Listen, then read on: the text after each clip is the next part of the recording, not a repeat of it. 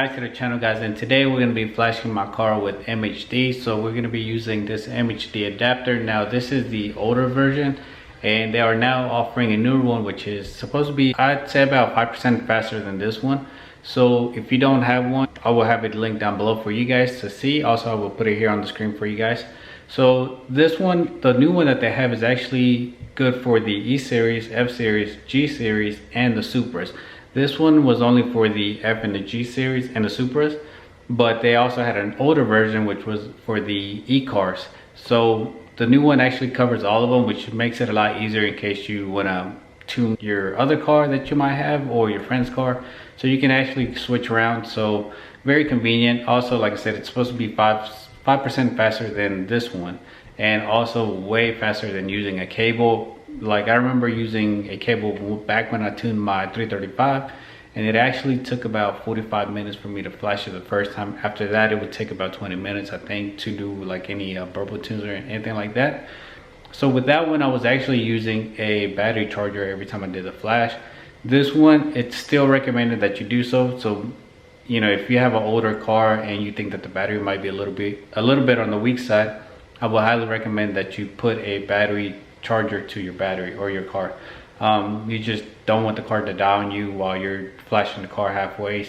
We're gonna go ahead and purchase the Super license, which also, it's gonna include all the maps that you might want. So you can do like a just a straight 93. You can do I think it was an E30 mix.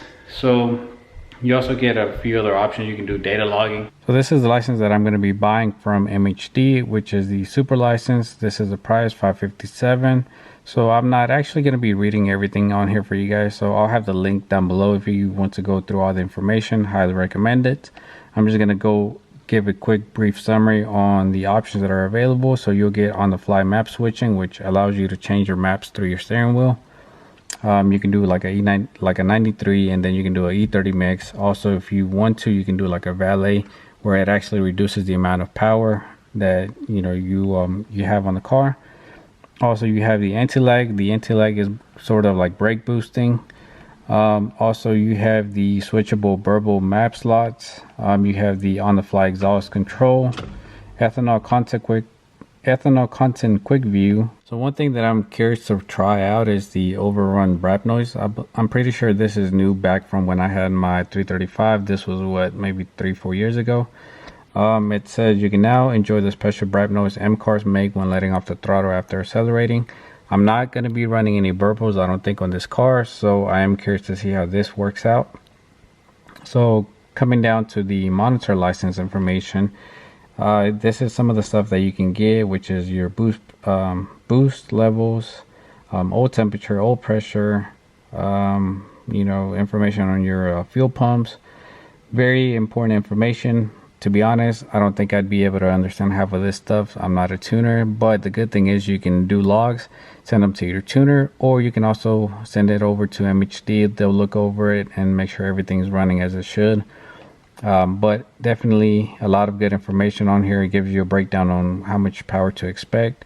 You're roughly looking at about at least 100 horsepower in gains overall, depending on what tunes you go with, your mods, your fuel that you're running. All that can change. Obviously, it's not going to be the same for every single car, but I mean, horsepower, 100 horsepower over stock, you really can't go wrong with that for the amount that you're paying and all the cool settings that you're getting as well with the tune. So highly recommend it. I had it on my 335 and it was really easy to work with. I enjoyed working with the MHD app, so I'll have that on here for you guys. I'll have the link, so definitely check them out.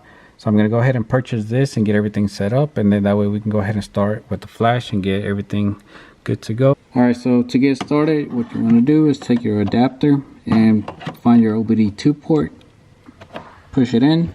Also, don't mind the dirty car. It's been a while since I actually had the chance to clean it. The car was at the shop for about 2 weeks, getting some bodywork touched up, and yeah, so we got a mess here. It's normally not this dirty, but anyways. Alright guys, so here we have the MHD app. It is purchased and activated. So once you get on there, you're going to go to tune, then you're going to go to flash a MHD map. So that's going to open up all the options. So I went ahead and looked through this. So we're not going to be doing the multi-map today. I'm just gonna go ahead and do a stage 2 with 93 octane. We don't have a upgraded fuel pump, so we don't have to worry about that. So we're gonna go to this stage 2, and then also you're gonna have the option to select between auto and manual. So we're gonna go with a manual transmission because that's what we have here, and then you hit done. So once you get it all set up, you're gonna go and click that little arrow on the top. It's gonna connect to your adapter, and then here you got your options, which we are actually going to remove. We're gonna do let's do short. Kind of curious to hear that. No burbles, cold start, I'm gonna turn that off. Startup roar, we're gonna leave that on. We'll turn that on. Exhaust flap always open in sport mode, obviously. Rev match is on. Rev match DSC full off. So for me, I'm actually not going to activate the anti-lag for right now. This is something that I'm going to go back and play around with over time, but the option is there and it's really easy to get back to.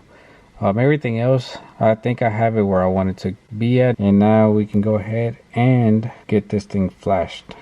So like I said, it says batteries recommended. Also have your headlights off, your climate control off. Also recommend putting on the seatbelt just so it thinks that somebody's in the car. And we're gonna go ahead and do a full right, and then we're just gonna see how long it takes for this to program. It's gonna do all these little crazy things, but that's normal. So it is 1:19, and then I'll follow up with you guys once this is done. Alright guys, so we have success. It actually took 6 minutes. I waited the 30 seconds, probably waited longer than 30 seconds before you actually start up the car. It did its thing like you guys saw, and once you're done with the flash, it tells you to wait 30 seconds before you start up the car and everything. So we're gonna go ahead and just go back, and we're gonna go ahead and start up the car, show you guys how the car sounds with the startup roar, and then we're gonna go ahead and take a drive and see how the brap noise sounds like. Whether if I like it, I'll keep it. If I don't, we'll come back and remove it later. So now that we got the flash done, I'm going to show you how the startup sounds. So I do have the startup roar. I turned off the cold start just because whenever I had the cold start before with the startup roar, it didn't really sound that good, just because obviously you have two different things kind of going on at once. So I turned off the cold start to leave the startup roar on. And then after that, we're gonna go take the car for a drive. It is wet, it's been raining for the past 2 days. It's gonna be raining for the rest of the week. So unfortunately, we're not really gonna be able to test out the car as I would want to. But we are gonna be able to do a little bit of spirited driving, just kind of see how the throttle response is, make sure everything is good, that there's no hiccups or anything like that. I'm also gonna be driving it, quite a bit of distance just to make sure that everything is good. I'm pretty sure, we're not gonna have any issues on that. So, I'm gonna go ahead and open up the garage and show you guys how these startup sounds.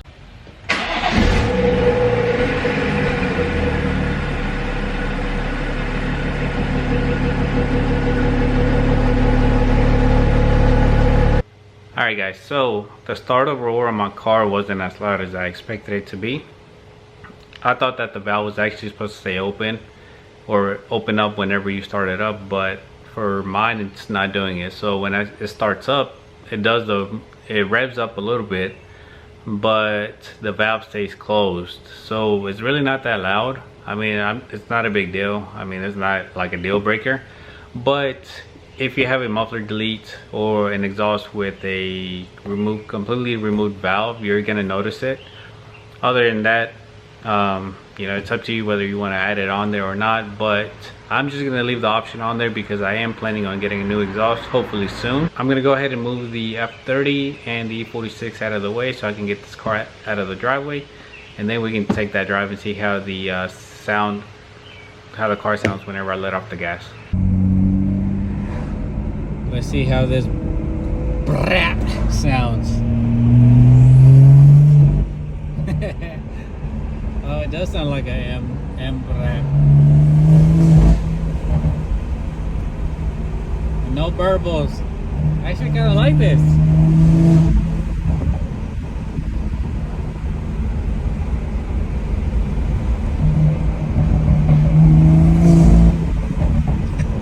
It's like a little farting noise.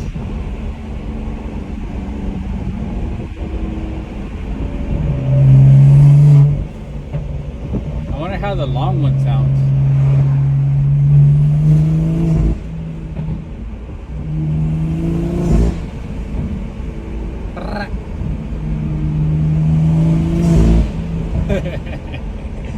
I don't know. Some of you guys might like it, some of you guys might not.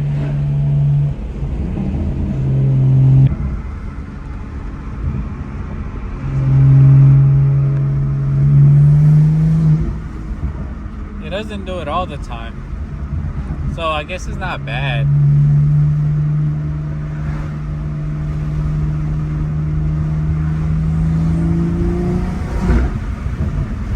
It's different for sure. I like it. I think I'm gonna keep it. I might actually go to the long one. Actually, nah, that's pretty good. Actually, I can't imagine it making it any louder or being any longer.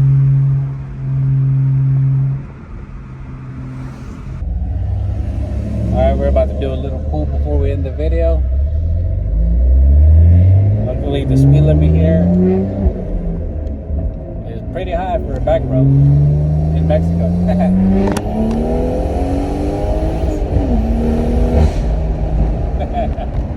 Woo! Love it! Love it!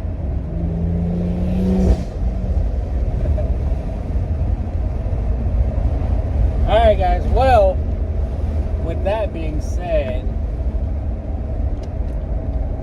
I'm pretty happy with the tune. Same thing with the sound effects, with the little brap after I let off. Actually, I kind of like it. I like it better than the well, it's different. I wouldn't say I like a single pop. Like say if you were downshifting, you get that loud pop. I like that. But this little brap that you get after letting off the gas, I like that too. So before I end today's video, I just want to give you guys my own personal opinion on the app, the process and everything. Very user friendly. There's no way that you can mess it up. Even if you're not comfortable, it's super easy. Like once you get in there, you'll realize how easy it is to get to everything. You'll just have to navigate through the screens just to make sure that you have everything right. Worst case, you know, if you miss something in the settings, like say your burble settings, you forgot to adjust them. Once you flash the first time, going back in there to make any changes, it's a lot quicker than what it is the first time. So if the first time takes you 5 to 6 minutes for your first flash, the rest is probably going to be within maybe like 1 minute, 1 to 2 minutes. So very easy, very convenient. You can do it at the gas station if you want. But remember, it is always suggested, recommended to use a battery charger. Do all this at your own discretion. Don't quote me. Don't try to come in here and blame me saying that your battery died. Like if you have a battery that's like 7 or 8 years old, you might want to change that. So pretty happy, pretty easy to work with, and you can't go wrong with the power gains that you get. Like you easily get 100 horsepower over stock, and what more can you ask for like such an easy tune? So that's gonna do it for today's video. Thank you guys so much for watching once again, and I'll see you guys in the next one.